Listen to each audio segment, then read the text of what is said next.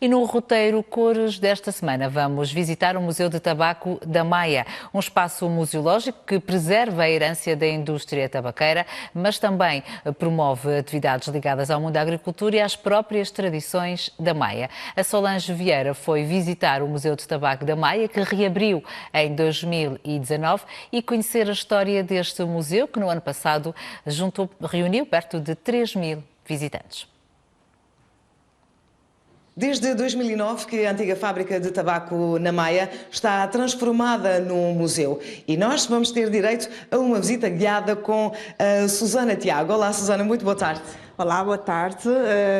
Realmente estamos na antiga fábrica de tabacos da Maia, hoje em dia Museu do Tabaco da Maia, da Santa Casa da Misericórdia do Divino Espírito Santo da Maia.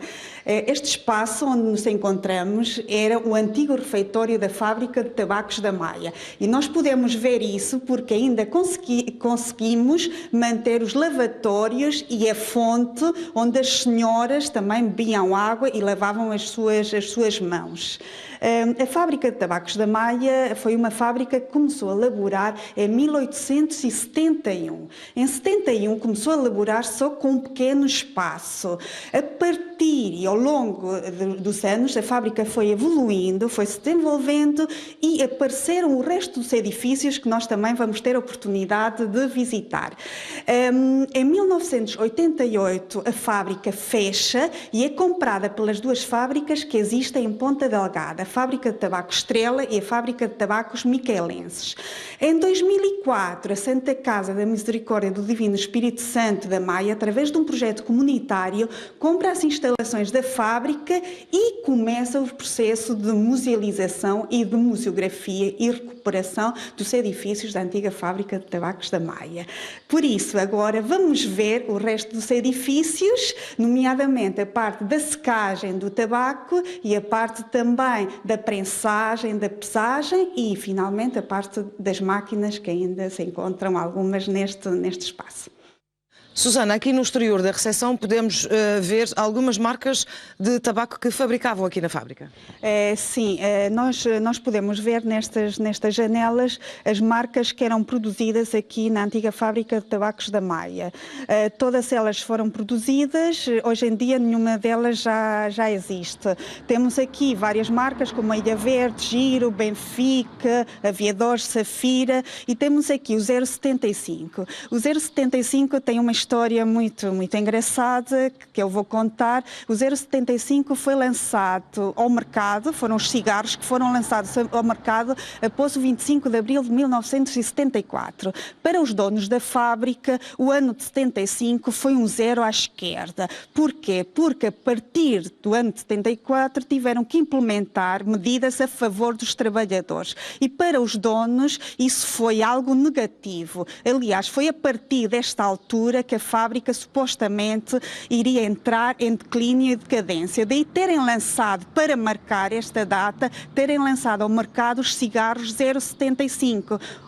O ano de 75 seria um zero à esquerda para os donos da fábrica. Por isso é que eu gosto sempre de contar esta história, porque acho que nos diz muito a nós como portugueses e que tudo tem uma face de duas caras. Para uns é positivo, foi positivo para os trabalhadores, para os donos da fábrica não foi assim tão positivo. Nós podemos continuar então a nossa visita depois disto e vamos parar aqui num canteiro de salsa que tem uma história engraçada também, porque as senhoras neste pequeno canteirinho de salsa, neste pequeno canteirinho de terreno, semeavam a salsa que depois iriam utilizar também no refeitório. Daí também nós mantivemos também o canteiro da salsa que as senhoras prezavam com muito cuidado. As mulheres, quando casavam, teriam que ir cuidar do marido e dos filhos, por isso saíam da fábrica. Os senhores trabalhavam principalmente na parte agrícola, das plantações de tabaco, das sementeiras, da colheita do tabaco, e também existia um mecânico na fábrica, que era o mecânico que tratava das máquinas. Eram os senhores que estavam aqui na fábrica. Agora conseguimos ver aqui os secadores e vamos visitá-los. Vamos visitar estes edifícios de pedra, que são secadores. Vamos visitar primeiramente um dos secadores, que é o secador de lume indireto. Que indireto.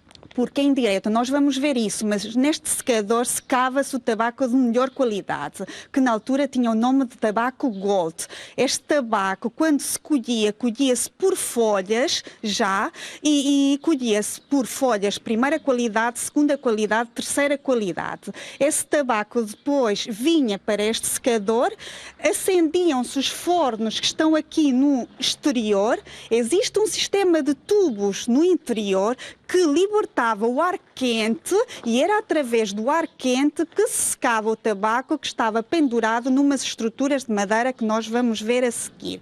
Neste espaço também existiam estas janelas que nós podemos ver que quando a temperatura aumentava muito no interior, estas janelas eram abertas com estas cordas para arejar e desta forma diminuía a temperatura que existia no interior dos edifícios. Estava um senhor sempre a vigiar nesta casinha de madeira e era este senhor que controlava este edifício.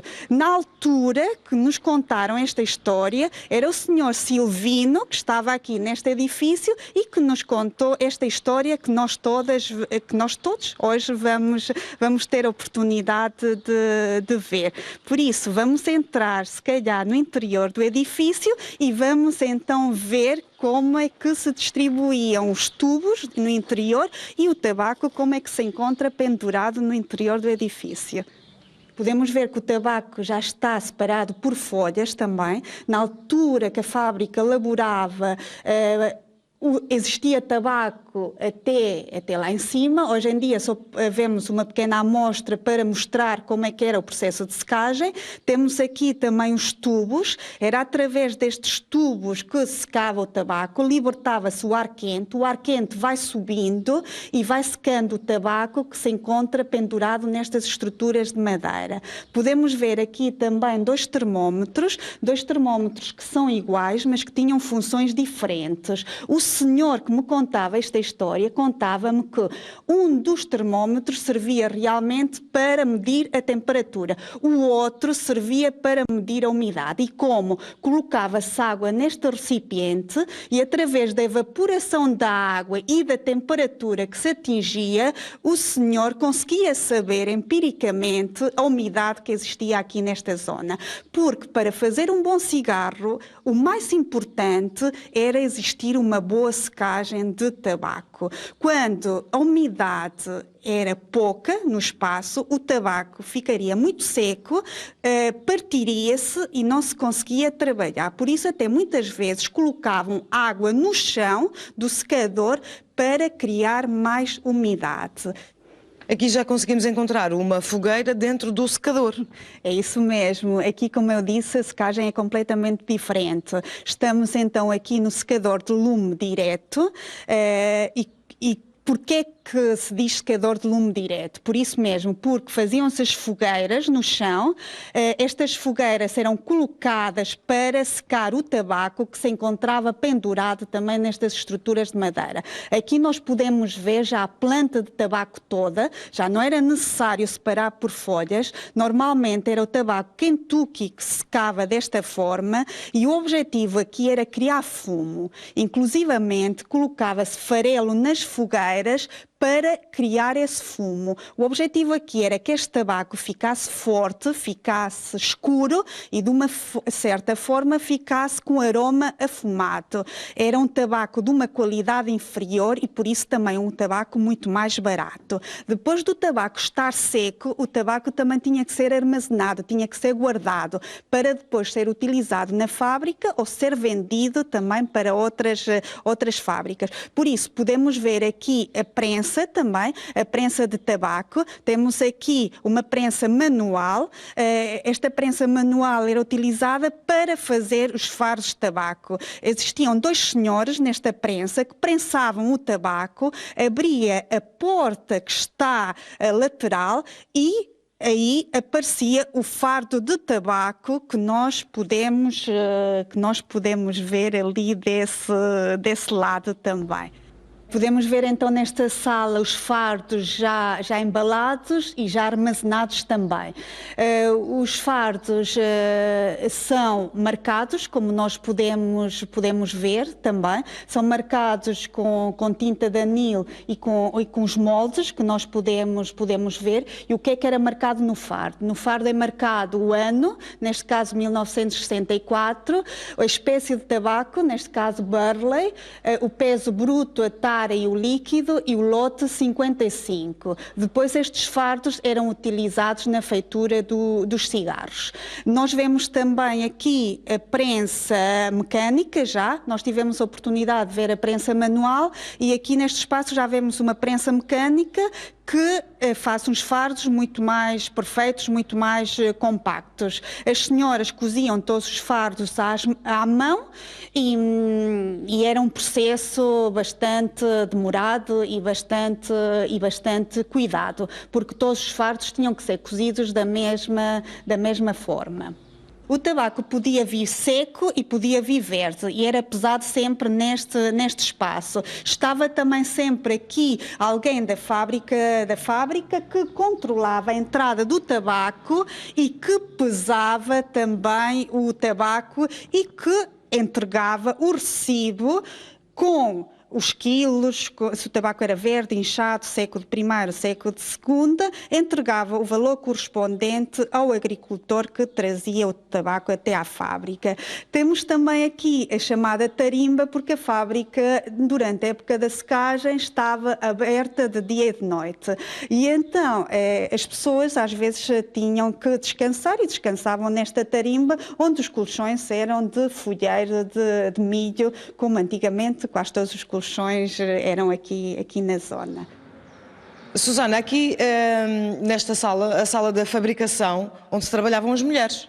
Sim, era esta sala onde trabalhavam as senhoras também e trabalhavam inicialmente nestas mesas que nós podemos ver aqui vermelhas e faziam praticamente tudo manualmente.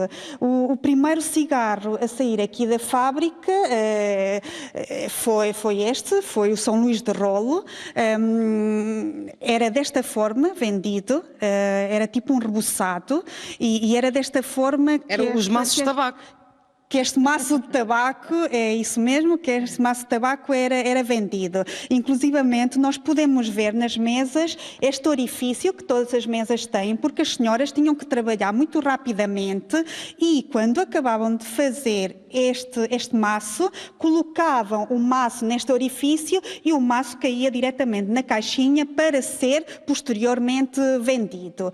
As senhoras também faziam os maços, as caixinhas, depois, os maços com estes moldes. Nós temos aqui dois moldes, um dos moldes era dos cigarros de 24 e outro dos moldes dos cigarros de 20.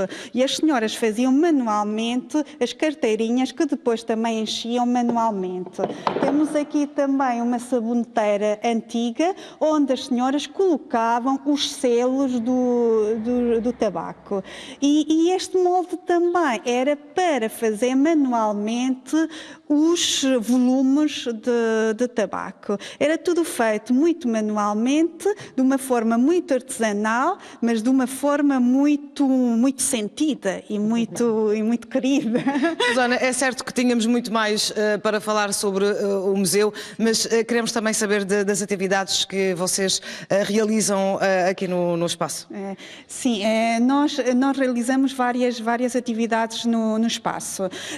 No ano passado, para além das atividades que nós realizamos com escolas, com idosos, comemoramos algumas datas importantes, como a data do Dia Internacional do Não Fumador. Tivemos uma parceria com o Centro de Saúde da Ribeira Grande, onde tivemos aqui uma ação de sensibilização para jovens das escolas, da comunidade em geral, sensibilizar sobre os malefícios do consumo do tabaco.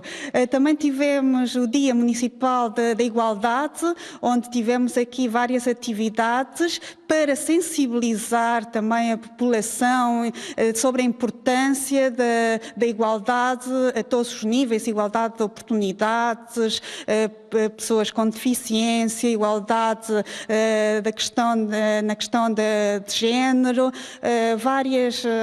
vários tipos de sensibilização. Muito obrigada, Susana. Muito obrigada eu por esta oportunidade e voltem sempre, e também convidamos todas as pessoas que ainda não conhecem, que estão na ilha e que ainda não conhecem, para visitar o Museu do Tabaco da Maia. Muito obrigada. Fica então a deixa da Susana e passa a redundância. Venham todos visitar aqui o Museu de Tabaco na Maia, no Concelho da Ribeira Grande. Fica o convite para a visita a este espaço museológico que no ano passado recebeu mais de 3.000 visitantes e que dá a conhecer, como vimos, o passado da indústria tabaqueira que dinamizou a economia a nível local. O nosso roteiro Cores semanalmente mostra estes espaços que produzem bens e serviços, quer sejam alimentares ou de artesanato, assentes numa lógica de economia solidária. Por isso, para a semana, damos-lhe a conhecer também em pormenor um outro destes espaços que integra esta rede da Cresações.